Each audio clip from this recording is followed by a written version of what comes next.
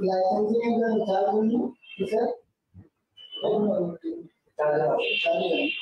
আপনাদের রোগীর সোমবার এসে বুঝে নিতে পারবে আছে ক্লাস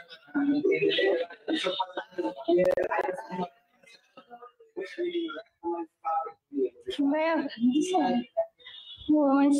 আসতেছে না তোদেরকে দিতে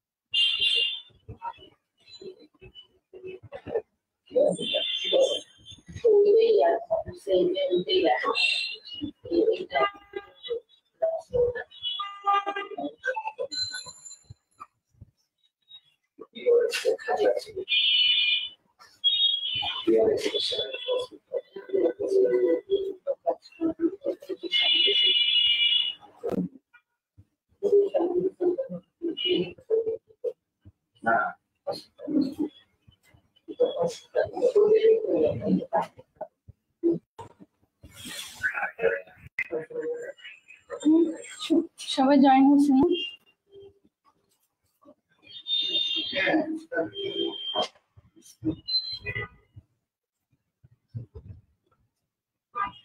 আসসালামু আলাইকুম সবাইকে। আজকে পালস নার্সিং কর্তৃক আয়োজিত ফ্রি লাইসেন্স এক্সামিনেশন প্রিপারেশন ক্লাসে সবাইকে স্বাগতম। কেমন আছেন সবাই? আজকে বরাবরের মতো আজকে আমরা একটি নতুন ক্লাস নিয়ে চলে আসলাম আপনাদের লাইসেন্সিং প্রস্তুতি সেরা থেকে সেরা করার জন্য। আজকের সাবজেক্ট মিডওয়াইফারি। চলুন আজকে আমরা মিডওয়াইফারির ফান্ডামেন্টাল যে টপিকগুলো আছে সেই টপিকগুলো থেকে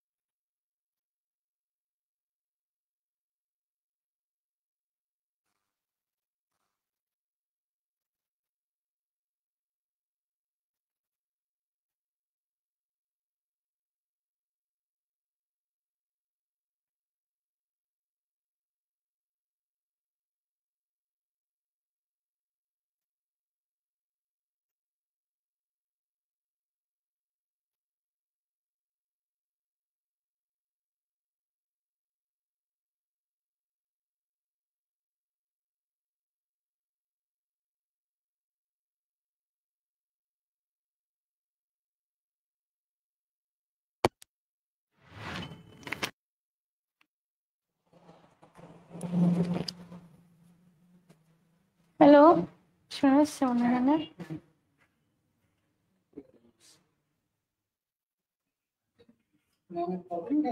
হুম? না, পকেট নেই তো আমার। হুম?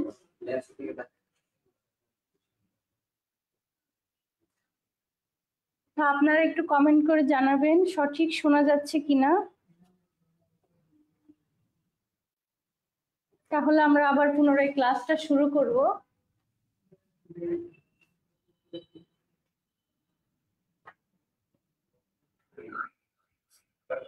ওকে, আমরা তাহলে আমাদের ক্লাসে চলে যাই। আজকে আমাদের টপিকটা ছিল হচ্ছে female reproductive organ. Female reproductive organ সাধারণত দুই প্রকার, একটা হচ্ছে এক্সটার্নাল এবং আরেকটা হচ্ছে ইন্টারনাল অর্গান।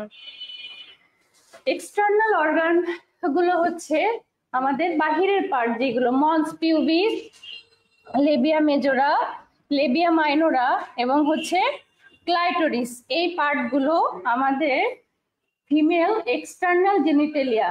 এবং এক্সটার্নালের পাশাপাশি আমাদের আছে ইন্টারনাল অর্গান। এক্সটার্নাল অর্গান এবং ইন্টারনাল অর্গান। ইন্টারনালের মধ্যে কি কি আছে? ভ্যাজাইনা, ইউটেরাস, ফ্যালোপিয়ান টিউব এবং ওভারি। আমাদের ফ্যালোপিয়ান টিউব কিন্তু দুইটা, ওভারিও কিন্তু দুইটা। এখন তাহলে প্রশ্ন হচ্ছে, এই ফিমেল রিপ্রোডাক্টিভ অর্গান থেকে আমাদের প্রশ্ন কেমন হবে, তাই না? আমাদের মূল উদ্দেশ্যই হচ্ছে কি, আমাদের প্রশ্ন কেমন হবে সেইটা বুঝতে পারা।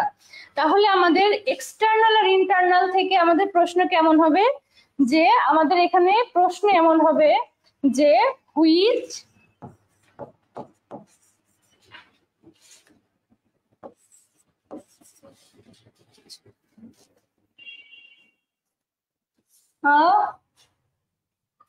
which one is female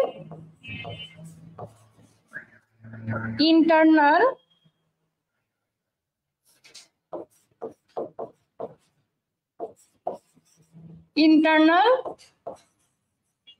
organ। তাহলে আমাদের প্রশ্ন কি থাকবে, যে which one is female internal organ।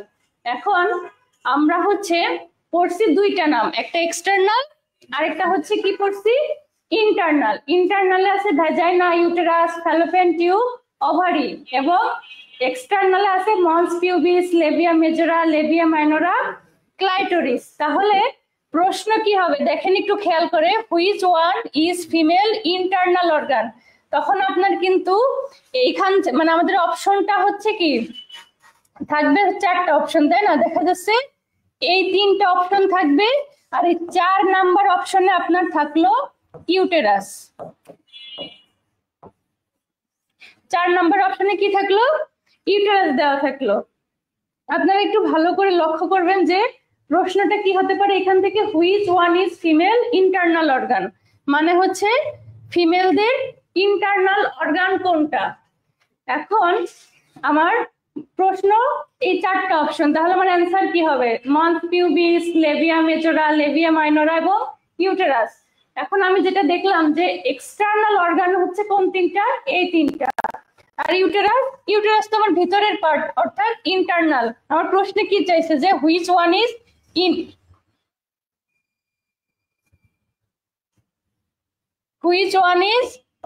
Internal,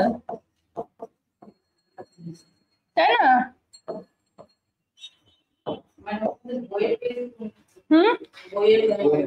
আচ্ছা, আমি আপনাদেরকে একটু বলি, যেটা হচ্ছে মিডওয়াইফারি অনেক বড় একটা সাবজেক্ট এবং অনেক পড়াশোনা, এবং এই বইয়ে হচ্ছে একটু লিমিটেড কিছু দেওয়া, কিন্তু এই লিমিটেডের বাহিরেও কিছু আছে যেগুলো আমাদেরকে পড়তে হবে। আপনারা হচ্ছে বিগত বছরের যে প্রশ্ন, সেই প্রশ্নগুলোতে অ্যানালাইসিস করে দেখেন যে এই টাইপের প্রশ্ন আছে, যে কোনটা ফিমেল রিপ্রোডাক্টিভ অর্গানের অংশ, এবং হচ্ছে আরো প্রশ্ন আছে যে ফার্টিলাইজেশন কোথায়। আপনি 23 সালের প্রশ্নে দেখেন যে ফার্টিলাইজেশন কোথায় হয়, ইমপ্লান্টেশন কোথায় হয়, তখন আপনি হচ্ছে খুঁজে খুঁজে পাবেন। হ্যাঁ, মিডওয়াইফারি তো অনেক বড় সাবজেক্ট, এই শুধুমাত্র কয়েকটা টপিক পড়ে কিন্তু মিডওয়াইফারি শেষ করা সম্ভব না। এই জন্য সবকিছু যদি আপনি ওই বইয়ে খোঁজেন তাহলে কিন্তু পাবেন না। বুঝা গেছে? আচ্ছা, তাহলে আমাদের অ্যান্সারটা কি হবে? ফিমেল ইন্টারনাল অর্গান কোনটা হবে? ইউটেরাস। বুঝতে পারছি আমরা আসলে আমাদের এই টপিক থেকে কেমন টাইপের প্রশ্ন আসবে, যে আবার এমন দেওয়া থাকতে পারে যে কোনটা এক্সটার্নাল অর্গান, তাই না? মনে করেন যে আমার ট্রু ফলস আসলো, হ্যাঁ, তখন আমার এখানে প্রশ্নে দেওয়া থাকলো which one is female external. হ্যাঁ, আমার প্রশ্নে দেওয়া থাকলো কি কোন which one is female external organ, মানে বাহিরের পার্ট কোনগুলো, মনে করেন ট্রু ফলস দেওয়া থাকলো। আমার অপশন এই চারটা, তখন আমার ট্রু ফলসে তো 5টা অপশন, 4, এটা মনে করেন 5 নাম্বার অপশন। তাহলে আমি ট্রু ফলস দেখাবো কোনগুলো? যদি আমার ট্রু ফলসে আসে যে হুইচ আর, তখন এখানে আর 1 হবে না, কিন্তু তখন হবে হুইচ আর। আপনাদের গত ক্লাসে কিন্তু বলছিলাম, তাই না? Which are the female external organ, তার মানে কি আমার অ্যান্সার হবে অনেকগুলো, তাই না? True false. তাহলে এখানে আমার ট্রু ফলস হবে কোনগুলো বলেন তো? এক্সটার্নালে তো আমি পড়লাম এই যে মন্স pubis, livia মেজরা, livia minora, clitoris, কিন্তু আমি ইউটেরাস কি পড়ছি এক্সটার্নালে? এক্সটার্নালে পড়ি না, এটা হচ্ছে ইন্টারনাল অর্গান। সেই ক্ষেত্রে আমার এটার অ্যান্সার কি হবে? ফলস। বুঝা গেছে আমি কিভাবে আনসার, বা এই পার্ট থেকে প্রশ্ন আসলে কিভাবে আনসার করব? এক্সটার্নাল পার্ট গুলো মনে রাখবো, সেই সাথে এই যে vagina, uterus, fallopian tube, ovary, মোট কথা এই 4টে অর্গান ছাড়া সবই হচ্ছে এক্সটার্নাল। এই 4টা নাম মনে রাখলেই আমার আর কিছু মনে রাখতে হবে না। আমি যদি প্রশ্নে দেখি এই 4টা নাম আছে, আর যদি থাকে ইন্টারনাল, আমি এই 4টা দাগাই দেবো, আর না থাকলে এইখান থেকে দাগাই দেবো। ক্লিয়ার? হ্যাঁ, না বুঝলে কিন্তু অবশ্যই কোশ্চেন করতে হবে, কারণ আপনি কিভাবে বুঝতেছেন সেটা তো আমি বুঝবো না, তাই না? আপনার যেভাবে বুঝতে সুবিধা আমি সেভাবেই বোঝানোর চেষ্টা করব। ওকে, এটা গেল হচ্ছে আমাদের এক্সটার্নাল এবং ইন্টারনাল পার্ট। এখন দেখি ইউটেরাস।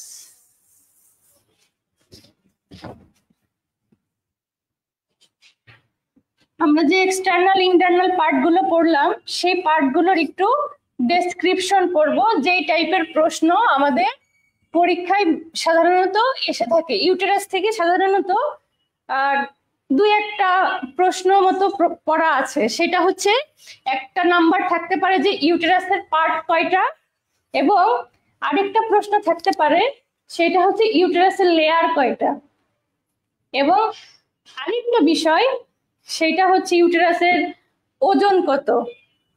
ইউটেরাস থেকে কিন্তু কয়েক প্রকারের প্রশ্ন থাকতে পারে, কি কি? ইউটেরাসের পার্ট এবং ইউটেরাসের লেয়ার কয়টা। হ্যাঁ, কি কি প্রশ্ন থাকতে পারে ইউটেরাস থেকে? পার্ট মানে ইউটেরাসের কয়টা অংশ, তারপর ইউটেরাসের লেয়ার, তারপর হচ্ছে ইউটেরাসের ওয়েট, নর্মাল ইউটেরাসের ওয়েট কত, ওয়েট বা ওজন কত, নর্মাল ইউটেরাসের ওয়েট কত, এবং আরেকটা বিষয় থাকতে পারে সেটা হচ্ছে where implantation takes place in the uterus. একটা মোস্ট কমন প্রশ্ন থাকে, সেটা হচ্ছে হোয়ার ডাজ ইমপ্লান্টেশন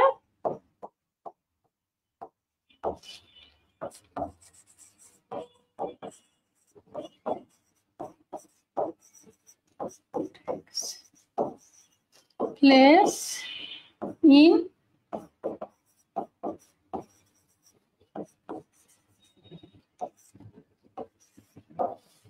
আচ্ছা দেখেন, ইউটেরাস থেকে আমাদের কয় টাইপের প্রশ্ন হতে পারে। একটা বেশি ইম্পর্টেন্ট প্রশ্ন হচ্ছে এটা, আর হচ্ছে এই যে এটা লেয়ার। ইউটেরাসের কয়টা লেয়ার, হ্যাঁ, আর হচ্ছে সব থেকে বেশি important question, where does implantation takes place in the uterus, অর্থাৎ ইউটেরাসের মধ্যে কোথায় আমাদের ইমপ্লান্টেশন বা প্রতিস্থাপন হয়। ইমপ্লান্টেশন কোথায় হয়? আচ্ছা, আমরা সেই জায়গায় যাই। তাহলে আমার ইউটেরাস থেকে মনে রাখতে হবে কি কি, কোথায় ইমপ্লান্টেশন হয়, ইউটেরাসের লেয়ার কয়টা, ওয়েট কত, এবং কয়টা পার্ট। এই 4টা বিষয় ইউটেরাস থেকে মনে রাখলেই আমার ইউটেরাস কমপ্লিট পড়াশোনা। তাহলে আমি দেখি যে একটু দেখি একটা ইউটেরাস কেমন।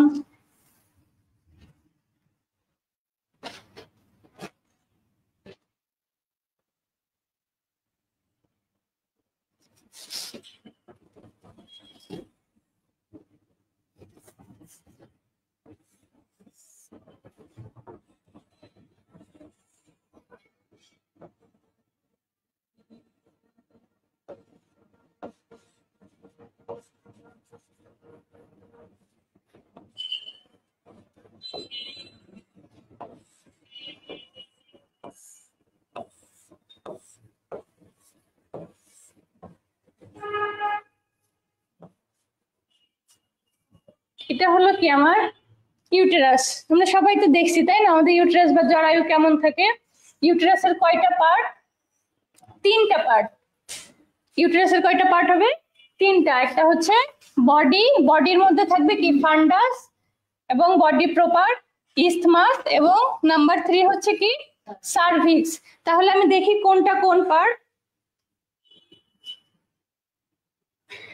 তাহলে ইউটেরাসের পার্ট হচ্ছে ফান্ডাস, তাই না? এই যে উপরে যেটা উঁচু অংশ, এটার নাম হচ্ছে কি ফান্ডাস, এটার নাম ফান্ডাস। তারপরে হচ্ছে এই পুরোটুকু এই পর্যন্ত এটাকে বলে হচ্ছে বডি। এই যে চিকন একটা সরু অংশ, হ্যাঁ, এখানে বলে হচ্ছে ইস্থমাস। আর একটা কি আছে? সার্ভিক্স, তাই না, বা জরায়ুর মুখ। সার্ভিক্সটা কোথায়? এই যে নিচে। ইস্থমাসের পরে হচ্ছে এই যে এখানে, এইখানে থাকে হচ্ছে আমাদের সার্ভিক্স। ঠিক আছে, কোথায় থাকে? এই নিচে হচ্ছে আমাদের সার্ভিক্স। এখন আমি আরেকটা প্রশ্ন বলছিলাম যে আমাদের ইউটেরাসের কি কি পড়বো? পার্ট পড়বো, লেয়ার পড়বো, আরেকটা পড়বো সেটা হচ্ছে ইউটেরাসের কোথায় ইমপ্লান্টেশন হয়, রাইট? তাহলে আমরা পার্ট পড়লাম, এখন আমরা পড়বো লেয়ার। এই দেখেন আমি কিন্তু এখানে ইউটেরাসের ভিতরে 3টা লেয়ার রাখছি, তাই না? ইউটেরাসের লেয়ারও কয়টা? 3 লেয়ার। নাম্বার 1 হচ্ছে সর্ববাহিরের, এই যে বাহিরের যেটা, সেটা হচ্ছে পেরিমেট্রিয়াম। নাম কি? পেরিমেট্রিয়াম। তারপরে যে নাম্বার 2 বা মিডল লেয়ার, সেটা হচ্ছে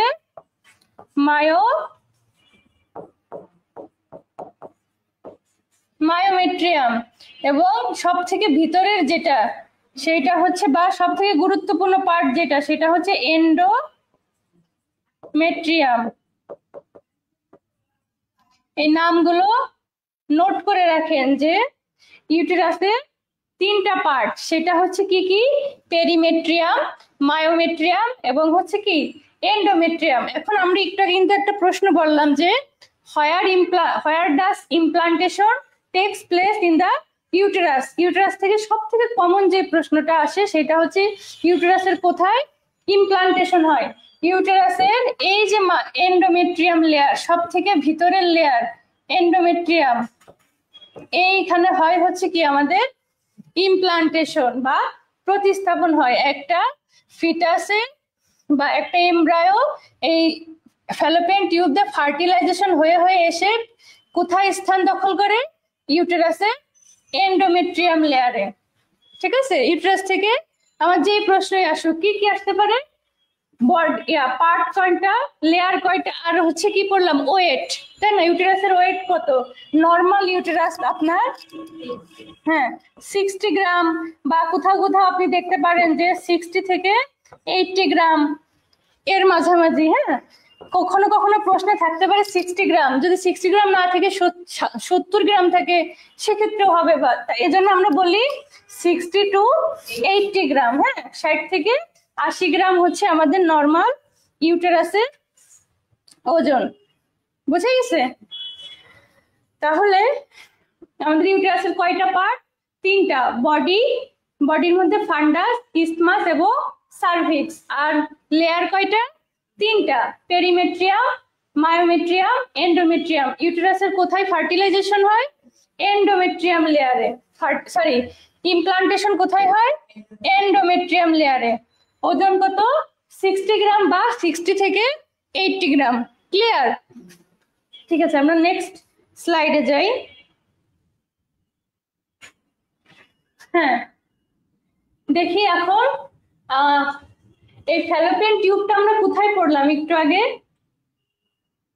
ফ্যালোপিয়ান টিউবটা প্রথমে, তাই না? ফিমেল ইন্টারনাল অর্গান, তাই না? এই যে ইউটেরাস, ফ্যালোপিয়ান টিউব, এগুলো কিন্তু সব ফিমেল ইন্টারনাল অর্গান। এই ফ্যালোপিয়ান টিউব থেকে আমাদের কমন প্রশ্ন থেকে সেটা হচ্ছে যে ফ্যালোপিয়ান টিউবের পার্ট নিচের কোনটি? ফ্যালোপিয়ান টিউব থেকে আপনার এরকম দুইটা কি একটা কমন প্রশ্ন থাকে, সেইটা হচ্ছে চায় না কেন যায় না কেন? দুই জায়গায় থাকে, দুই জায়গায় ও কি হয়েছে? সিলেক্ট করে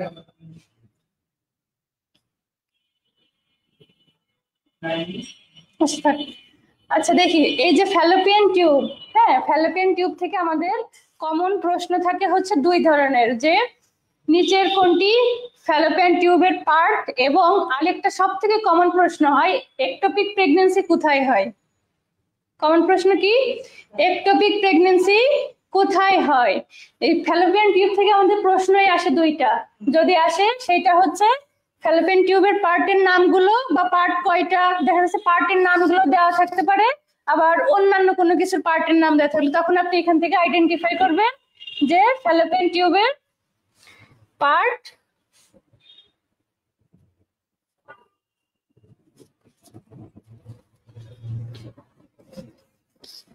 তখন আপনি এখান থেকে আইডেন্টিফাই করবেন যে ফ্যালোপিয়ান টিউবের পার্ট। আরেকটা প্রশ্ন থাকবে, সেটা হচ্ছে আমাদের একটোপিক প্রেগন্যান্সি কোথায় হয়। দেখেন আমরা ইউটেরাসে কিন্তু ফ্যালোপিয়ান টিউব দেখলাম, তাই না? এই যে এরকম না, ফ্যালোপিয়ান টিউব হাতের মতো এরকম ফিঙ্গারের মতো আমাদের এখানে থাকে, এখানে থাকে ওভারি, তাই না? এখান থেকে ডিম্বাণু আসে। তাহলে দেখেন যে এটা তো ইউটেরাসের ফান্ডাস, তাই না? আর এটা হচ্ছে ফ্যালোপিয়ান টিউব, দুই পাশে দুইটা ফ্যালোপিয়ান টিউব। তাহলে ফ্যালোপিয়ান টিউব কয়টা পার্ট? এই যে চারটা, interstitial or intramural part, isthmus, ampulla, infundibulum. দেখবেন কোথাও কোথাও ইনফান্ডিবুলামের জায়গায় ফিমব্রিয়া দেয়া থাকে, এজন্য আমি সবসময় বলি এটা বলতে ইনফান্ডিবুলাম উইথ ফিমব্রিয়া।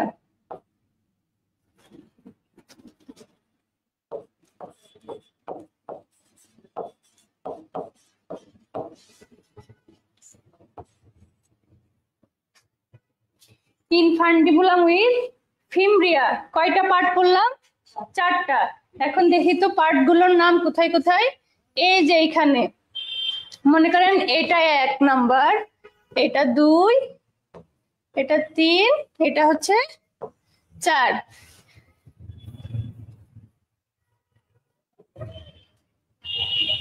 এই যে এখানে, এখানে হচ্ছে নাম্বার 1, এখানে 2, এখানে 3, এই পুরোটা হচ্ছে 4।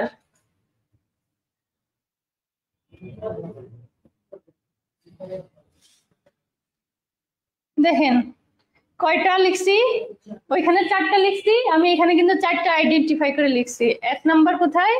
এইখানে হচ্ছে 1, তাহলে 1 নাম্বার পার্ট কোথায় আছে? এই যে এখানে ইন্টারস্টিশিয়াল অর ইন্ট্রামুলার পার্ট। নাম্বার 2 কি? ইসথমাস। হ্যাঁ, নাম্বার 3 কি? অ্যাম্পুলা। এই ফ্যালোপিয়ান টিউব থেকে আরেকটা ইম্পর্টেন্ট প্রশ্ন আপনি বিভিন্ন পরীক্ষায় দেখবেন আসে, সেটা হচ্ছে ফার্টিলাইজেশন কোথায় হয়। Where fertilisation takes place in the fallopian tube, অর্থাৎ সাধারণত ফ্যালোপিয়ান টিউবের কোথায় হচ্ছে আমাদের ফার্টিলাইজেশন হয়। তাহলে আমাদের প্রথম পার্টটা ইন্টারস্টিশিয়াল পার্ট, তারপরে হচ্ছে ইসথমাস, অ্যাম্পুলা, তারপরে এই যে এটা হচ্ছে কি ইনফান্ডিবুলাম, এই যে হাতের মতো যেটা, তাই না?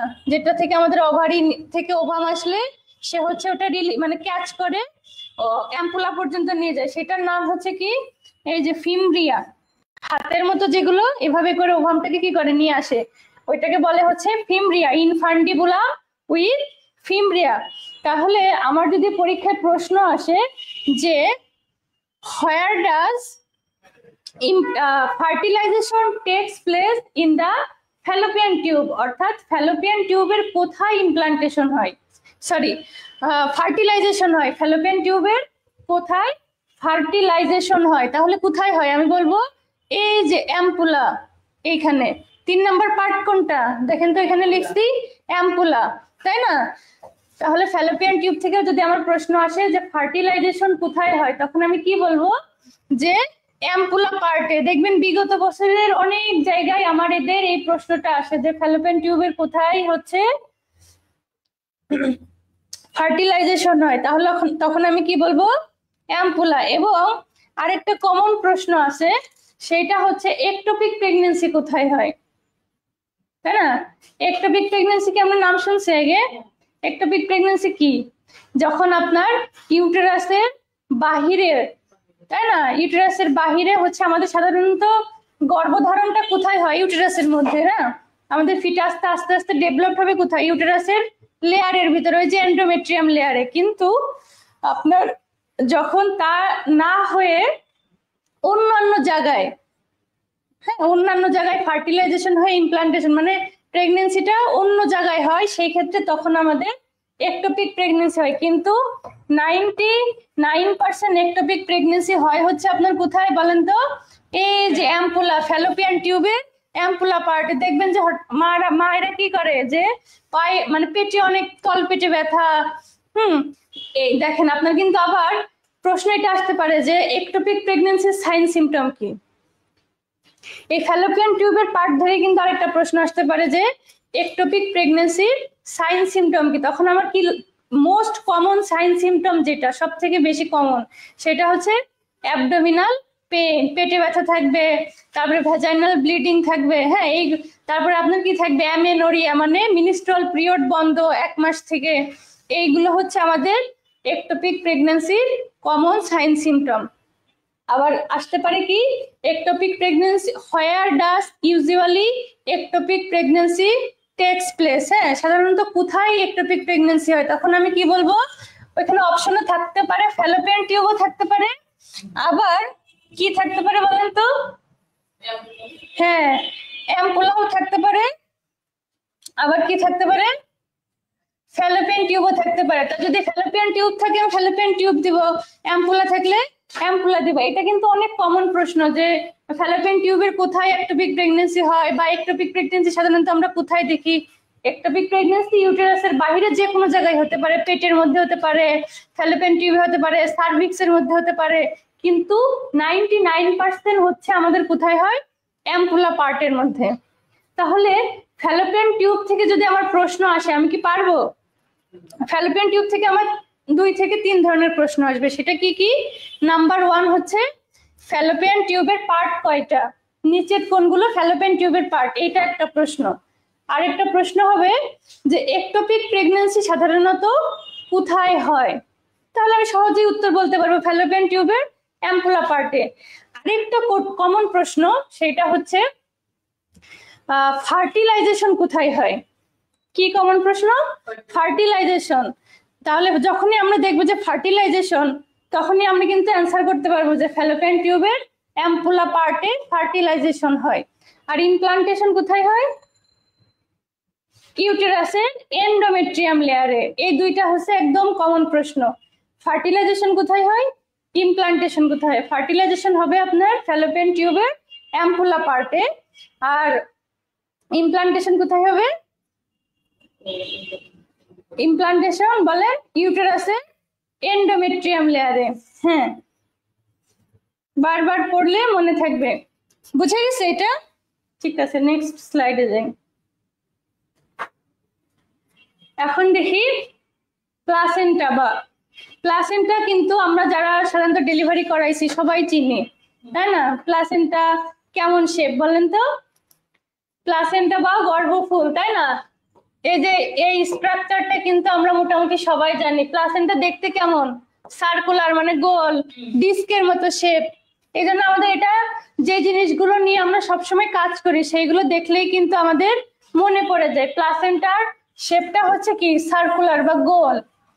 প্লাসেন্টার ডায়ামিটার কত? 15 থেকে 20 সেন্টিমিটার।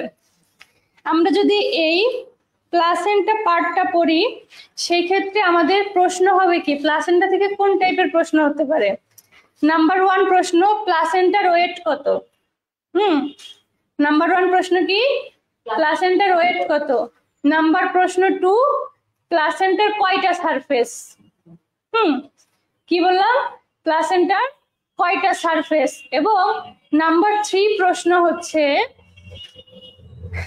প্লাসেন্টার ফাংশন কি? প্লাসেন্টা থেকে কি কি প্রশ্ন হতে পারে সেটা হচ্ছে প্লাসেন্টার ওয়েট কত, প্লাসেন্টার সারফেস কত, কয়টা সারফেস, এবং নাম্বার 3 হচ্ছে প্লাসেন্টার ফাংশন কি। মূলত বেশিরভাগ ক্ষেত্রে এই প্রশ্নটাই আসে যে আমাদের প্লাসেন্টার ফাংশন কি, বা ফাংশন মানে কি, কাজ। প্লাসেন্টা হচ্ছে কি কি কাজ করে, মায়ের এবং ফিটাসের কি কি কাজ করে। এবং তাহলে আমরা দেখি কি কি করে। স্ট্রাকচার অফ প্লাসেন্টা, শেপ কি, সার্কুলার মানে গোল ডিস্ক শেপ, ডায়ামিটার কত, 15 থেকে 20 সেন্টিমিটার, থিকনেস মানে মোটা, কতটুকু মোটা, 2.5 সেন্টিমিটার। এই যে ইম্পর্টেন্ট যেটা, আমার এগুলো মনে রাখার দরকার নেই, আমি শুধু মনে রাখবো কি বেশিরভাগ ওয়েট কত গ্রাম, 500 গ্রাম বা হাফ কেজি, তাই না? 500 গ্রাম বা হাফ কেজি হচ্ছে আমাদের প্লাসেন্টার ওয়েট। আরেকটা কি আছে, সারফেস। সারফেস মানে যে প্লাসেন্টার কয়টা সারফেস, মানে কয়টা দিক। প্লাসেন্টার হচ্ছে দুইটা দিক, কয়টা দিক, দুইটা, একটা হচ্ছে ম্যাটারনাল আর একটা হচ্ছে কি ফিটাল। প্লাসেন্টাটা কেমন আমাদের, এই যে এরকম না, এই যে এরকম না, প্লাসেন্টা মাঝখানে কি থাকে, আম্বিলিকাল কর্ড। হ্যাঁ, একটা থাকে কি, এই আম্বিলিকাল কর্ডটা কোন দিকে থাকে, ফিটাসের দিকে না? আর এই পিছনের পার্টটা মায়ের, মায়ের ইউটেরাসে, পিছনের পার্টটা মায়ের ইউটেরাসে লাগানো থাকে না? আর সামনের পার্টটা আম্বিলিকাল কর্ড দিয়ে কোথায় থাকে, ফিটাসের সাথে লাগানো থাকে।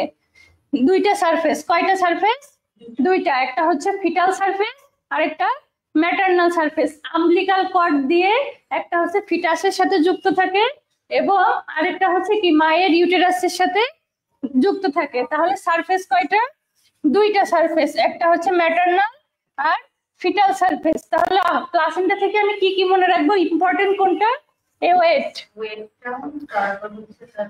সারফেস, ওয়েট আর সারফেস, এই দুইটাই সব থেকে বেশি ইম্পর্টেন্ট। আরেকটা আছে হচ্ছে ফাংশন, ওটা আমরা পরে যাচ্ছি। হ্যাঁ, তাহলে ওয়েট কত, 500 গ্রাম মানে 5টা গ্রাম, এবং সারফেস কয়টা, দুইটা, একটা মায়ের দিকে আর একটা ফিটাসের দিকে। তাহলে কি ম্যাটারনাল সারফেস, ফিটাল সারফেস, বুঝা গেছে? আচ্ছা, নেক্সট স্লাইডে যাব।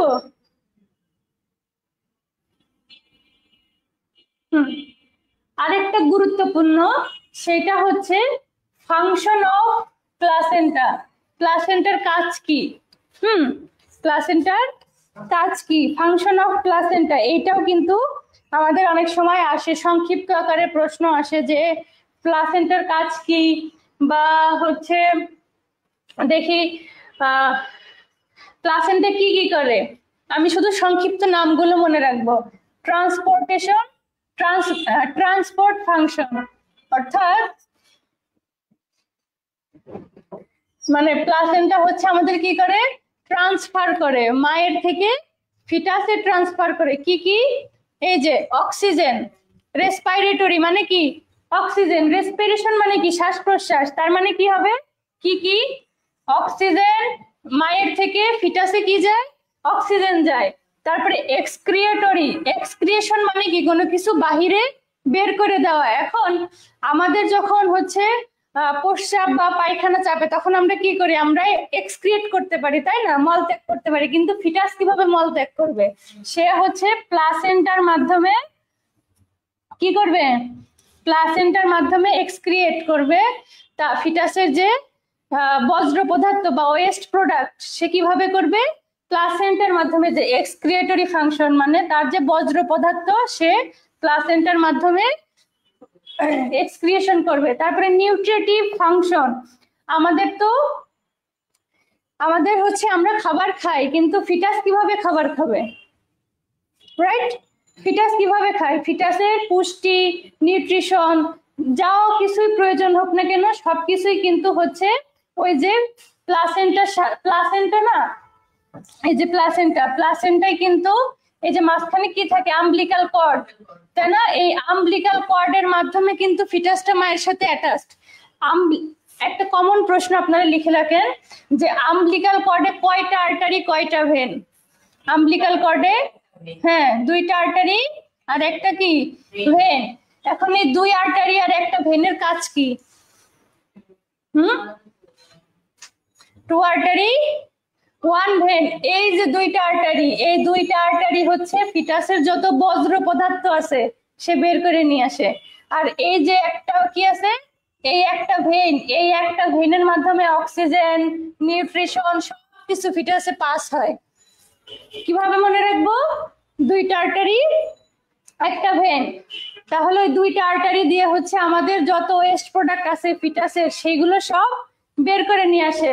আর এই যে একটা ভেন, এই একটা ভেনের মাধ্যমে হচ্ছে কি হয়, আমাদের যত নিউট্রিশন আছে বা অক্সিজেন আছে সবকিছু একটা ভেনের মাধ্যমে ফিটাসে পাস হয়। তারপরে প্লাসেন্টা কিন্তু হরমোনও ফাংশন করে, হরমোনের ফাংশন করে, তারপরে এনজাইমের সিনথেসিস করে।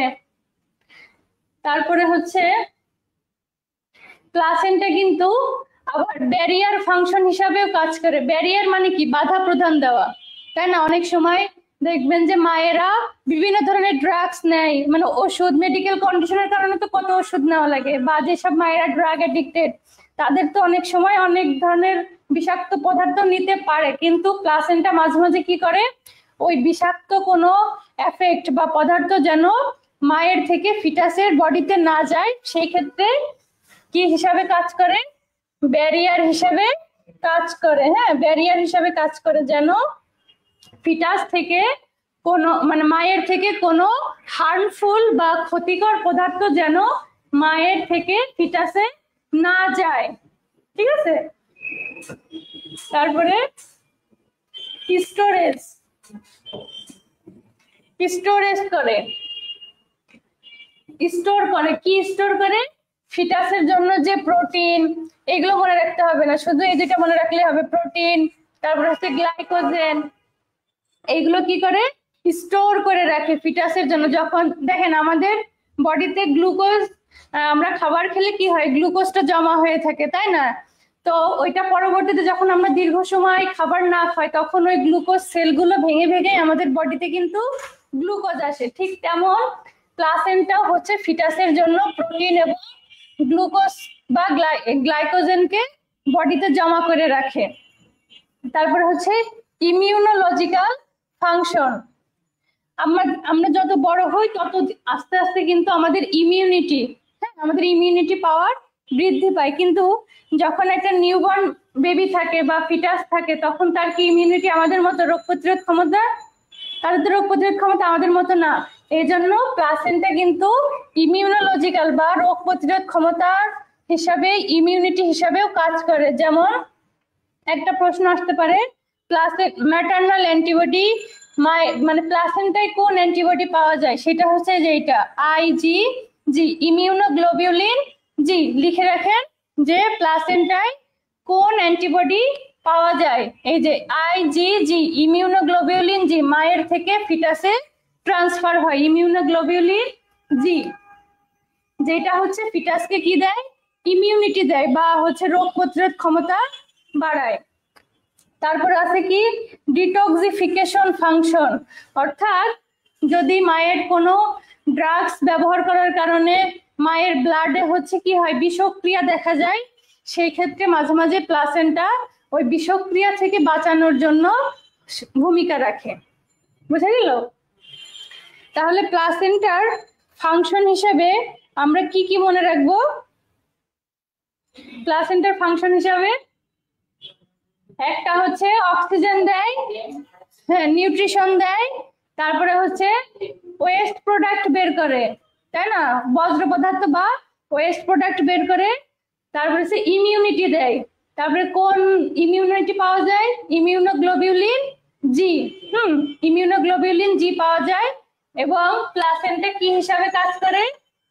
ব্যারিয়ার হিসাবেও কাজ করে। এবং মাঝে মাঝে কি করে? মাঝে মাঝে বিভিন্ন ওষুধ যদি মায়ের শরীরে কোনো বিষক্রিয়া দেখা দেয় সেগুলো যেন ফিটাসে স্থানান্তরিত না হয় সেই হিসাবেও কাজ করে।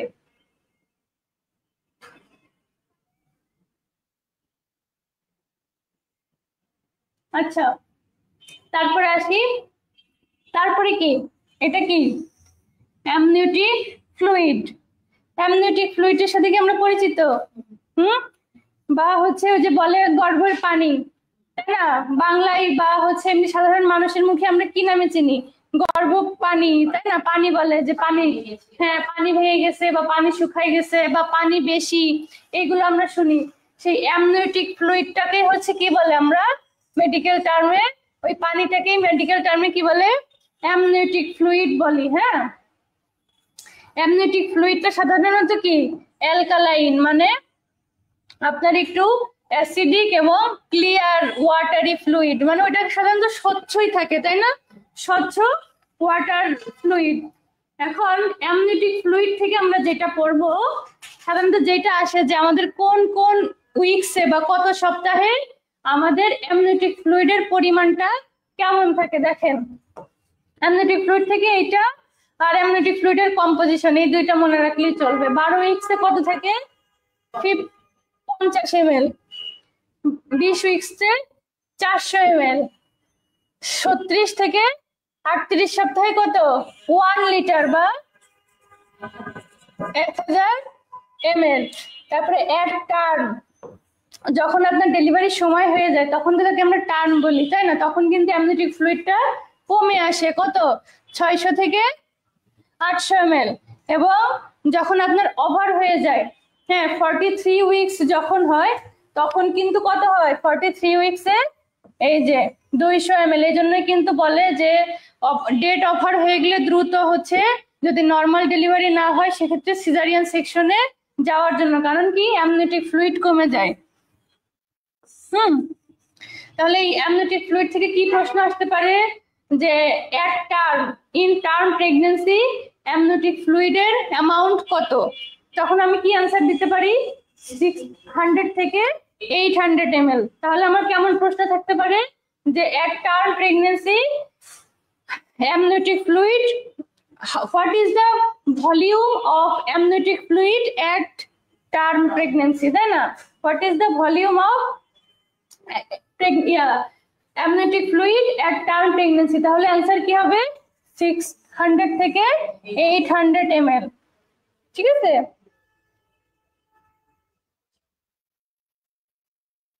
তাহলে টার্ম প্রেগন্যান্সিতে আমাদের অ্যামনিওটিক ফ্লুইডের পরিমাণ কত হবে?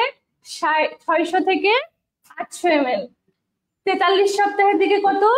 200 ml। আপনারা একটু এগুলো নোট করে রাখবেন, হ্যাঁ, কারণ এখান থেকে যে কোনো একটা পয়েন্ট আসতে পারে যে 12 সপ্তাহের দিকে কত, 20 সপ্তাহের দিকে কত, 36 থেকে 38 সপ্তাহে কত, টার্ম প্রেগন্যান্সিতে কেমন, 600 থেকে 800 ml।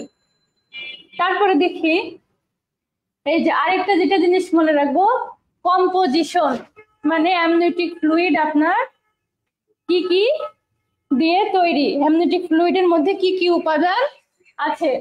দেখেন, আমরা কেন মায়েদেরকে বলি যে হচ্ছে সব বেশি বেশি পানি পান করবেন, কারণ সে যে পানি পান করে সেটাও কিন্তু অ্যামনিওটিক ফ্লুইড তৈরি করাতে ভূমিকা রাখে। হ্যাঁ, দেখেন অ্যামনিওটিক ফ্লুইডে ওয়াটার কত?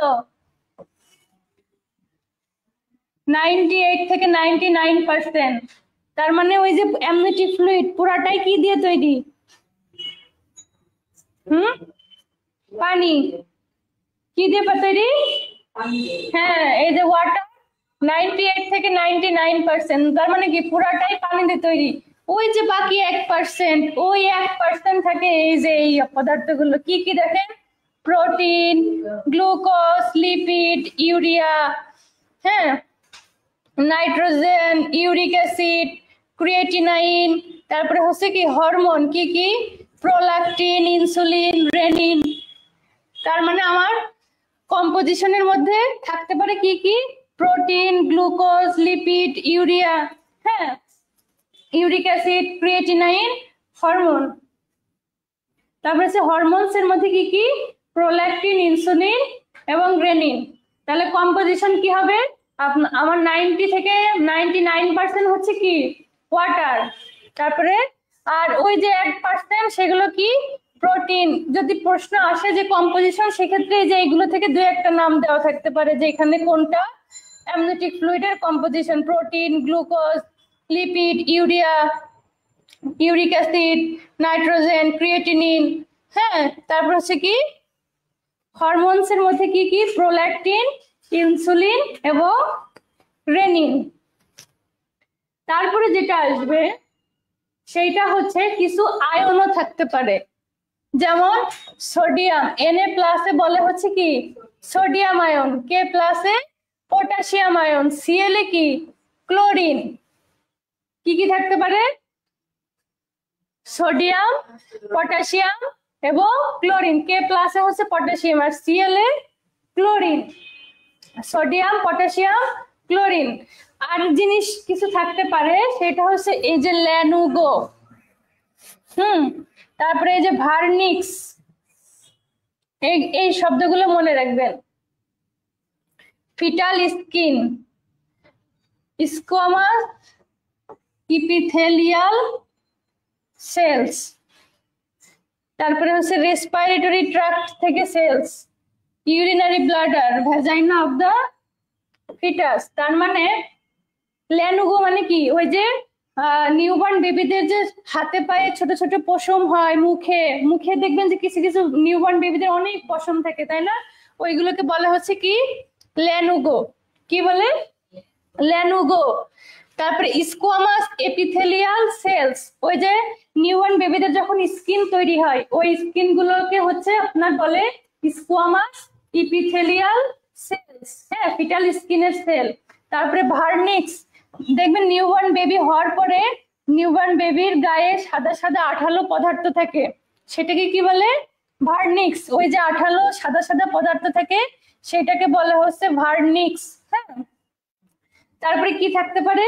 ফিটাসের, মানে আমাদের অ্যাবডোমেনের মধ্যে তো ফিটাসের সকল গঠন হয়, তখন এই রেসপিরেটরি ট্র্যাক্ট যখন গঠন হয়, ইউরিনারি ব্লাডার এবং ভ্যাজাইনা যখন গঠন হয়, তখন এই গঠন হওয়ার সময় এখান থেকে কিছু সেল অ্যামনিওটিক ফ্লুইডের মধ্যে এক্সট্রা হিসাবে বা ওয়েস্ট প্রোডাক্ট হিসাবে মিশে যায়। তো এইগুলোই হচ্ছে আমার অ্যামনিওটিক ফ্লুইডের কম্পোজিশন। তাহলে আমার অ্যামনিওটিক ফ্লুইডের কম্পোজিশন কি কি হবে? মেইনলি আমি যেগুলো মনে রাখবো সেগুলো হচ্ছে কি? ওয়াটার তো আছে, তার মধ্যে protein, glucose, lipid, urea, lipid, urea, nitrogen, uric acid, creatinine, hormone, হরমোনের মধ্যে প্রোল্যাকটিন, ইনসুলিন, রেনিন। আর এই পাশ থেকে কি কি মনে রাখবো? কি কি আয়ন? Sodium, potassium, chlorine. আর কি থাকতে পারে? ফিটাস থেকে ল্যানুগো, হ্যাঁ। তারপরে হচ্ছে ফিটাল স্কিন, ভার্নিক্স এবং ফিটাসের রেসপিরেটরি ট্র্যাক্ট, মানে রেসপিরেটরি ট্র্যাক্ট তৈরি হওয়ার সময়, তারপরে ইউরিনারি ব্লাডার তৈরি হওয়ার সময়, ভ্যাজাইনা তৈরি হওয়ার সময় কোন সেল ওয়েস্ট প্রোডাক্ট হিসাবে আপনার অ্যামনিওটিক ফ্লুইডের সাথে মিশে যেতে পারে। এইগুলোই হচ্ছে আমাদের অ্যামনিওটিক ফ্লুইডের কম্পোজিশন। ঠিক আছে?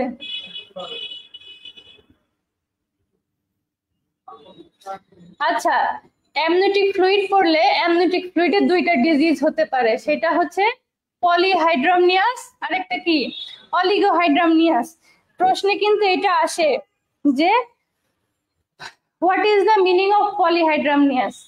প্রশ্নে কি আসতে পারে? What is the meaning of polyhydramnios, অর্থাৎ পলিহাইড্রামনিয়াস বলতে কি বুঝেন, বা অলিগোহাইড্রামনিয়াস বলতে কি বুঝেন? পলি মানে কি বলেন তো? বেশি। পলি মানে বেশি, আর অলিগো মানে কি? কম। অর্থাৎ আমাদের অ্যামনিওটিক ফ্লুইড আমাদের কত পড়ছিলাম আমরা? 1000 ml 36 থেকে 37 সপ্তাহে, আর টার্মে 800 থেকে 600 ml, তাই না? কিন্তু আপনার পলিহাইড্রামনিয়াস যখন 2000 ml অথবা 2 লিটার। হ্যাঁ, যখন আপনার 2000 ml অথবা 2 লিটারের বেশি হয়ে যায়, 2000 ml বা 2000 ml এর বেশি অ্যামনিওটিক ফ্লুইডের পরিমাণ হয়ে যায়, তখন তাকে আমরা বলি কি পলিহাইড্রামনিয়াস। অর্থাৎ যেসব মায়েদের দেখবেন অনেক বড় পেট, হ্যাঁ, পেটে একদম মনে হয় যে চারপাশে পানি নড়াচড়া করতেছে, বিশেষ করে ডায়াবেটিস মাদার যারা, তাদের ক্ষেত্রে কিন্তু এটা থাকতে পারে যে পলিহাইড্রামনিয়াস তাদের হতে পারে। সেটা কিন্তু ডায়াবেটিস যারা মাদার তাদের কিন্তু পলিহাইড্রামনিয়াস হতে পারে। আর অলিগো মানে কি? কমে যাওয়া। সেটা কত? 200 বা কম। মানে 200 কমে গেলে সেটাকে আমরা বলি অলিগো, মানে কমে যাওয়া। তাহলে অ্যামনিওটিক ফ্লুইডে যদি আমাদের ডিজিজ আসে, তাহলে আমরা পারবো যে নিচের কোনটা অ্যামনিওটিক ফ্লুইডের ডিজিজ, পলিহাইড্রামনিয়াস অথবা অলিগোহাইড্রামনিয়াস হতে পারে। আর যদি বলে পলিহাইড্রামনিয়াস বলতে কি বুঝেন, সেক্ষেত্রে কি হবে যে 2000 ml বা 2000 ml এর বেশি হলে পলি, আর অলিগো মানে হচ্ছে কি 200 ml বা 200 ml এর কম, মানে 200 ml হয়ে গেলেই বা 200 ml এর কম হলেই তখনই তো আমাদের কি হবে অলিগো হাইড্রামনিয়াস। বুঝে গেছে? অ্যামনিওটিক ফ্লুইডের দুইটা ডিজিজ, একটা কি পলিহাইড্রামনিয়াস আর একটা অলিগোহাইড্রামনিয়াস। ঠিক আছে, তারপরে দেখি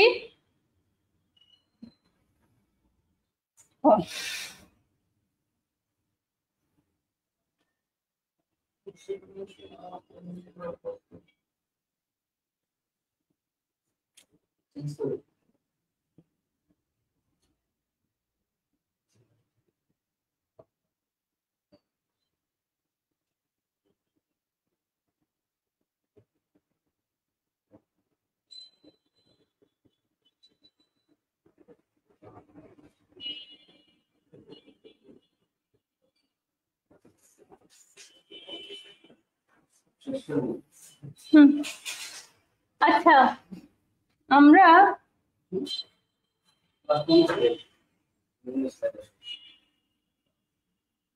এইগুলো তো শেষ করা যাবে না আজকে। আচ্ছা, তাহলে শেষ করে দিই।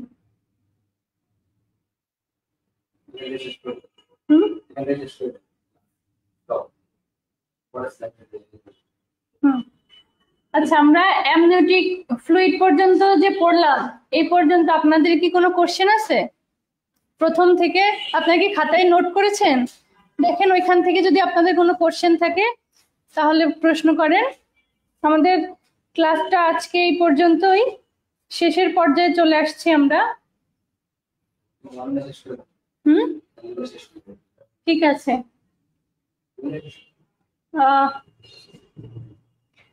আমাদের আজকের ক্লাসটা এই পর্যন্তই। অন্য কোনো একদিন আপনাদের সাথে আবার দেখা হবে। আপনারা যদি লাইসেন্সের ভালো প্রস্তুতি নিতে চান, যেহেতু আমাদের পরীক্ষা একদমই সন্নিকটে চলে আসছে, আপনারা আমাদের এখানে এসে যোগাযোগ করতে পারেন। এখন কিন্তু আমাদের একটা অফার চলতেছে, 50% ছাড়ে আপনারা আমাদের এখানে ভর্তি হতে পারবেন। স্ক্রিনে দেওয়া যে নাম্বার আছে, এই নাম্বারে যোগাযোগ করলে ভর্তি হতে পারবেন। এবং দেখতেই তো পারছেন আপনারা, আমাদের কোর্স ফি কিন্তু খুবই কম, যেটা 50% আগে ছিল 3000, 2990, সেটা এখন 50% ছাড়ে মাত্র 1990 টাকা ভর্তি হতে পারবেন।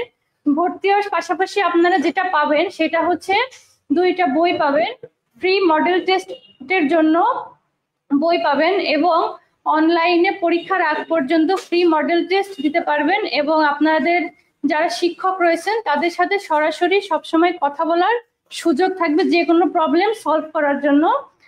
এই জন্য ঘরে বসে না থেকে আপনি যদি আপনার সেরা প্রস্তুতি নিতে চান, তাহলে আজই স্ক্রিনে দেওয়া নাম্বারে আমাদের এখানে যোগাযোগ করতে পারেন। আজ এই পর্যন্তই, সবাই ভালো থাকবেন, ধন্যবাদ।